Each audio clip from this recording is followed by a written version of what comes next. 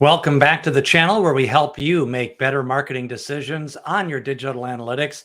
Today, we're going to talk about pay-per-click advertising and Google Ads, and we're going to talk specifically about absolute impression share and top impression share.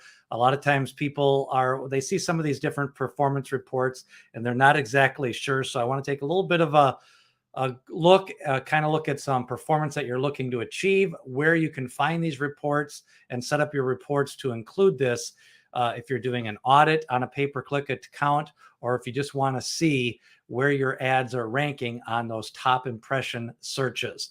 So those are some of the benefits. If you can see how often you're ranking at the top of searches and how often you're near the top, that can help you determine and make some changes to your past performance. Again, overall, when you're looking at your top impression share, that is the top impression rate, is the percentage of impressions that are shown as the very first ad above the organic search results. So that is called absolute top impression share.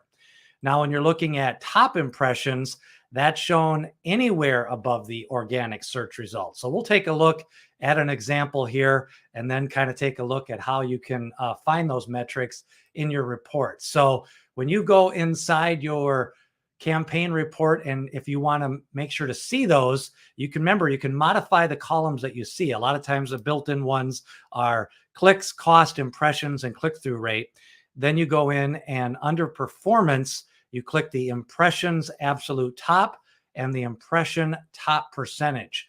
That way they will show up in your report. Now, if you want to see the next metric, which is the lost impression share by rank and lost absolute top, you can do that as well. Those are located under the competitive metrics. So it's a different area. It's both under the modify columns. And then for the first one, it's under performance. And then this one kind of analyzes the competition. I like to use both, but I do look at them separately. I have my performance metrics on one modified column saved, and then you can save a second one for your competitive metrics. So that's a look at where to find them and how to get them to appear in your Google Ads reports. And the next thing you want to do at that point is take a look at the optimization. Now, normally on a lot of accounts that I manage and look at, you might want to be right about 40 to 50% for the top. You don't need to be up there all the time.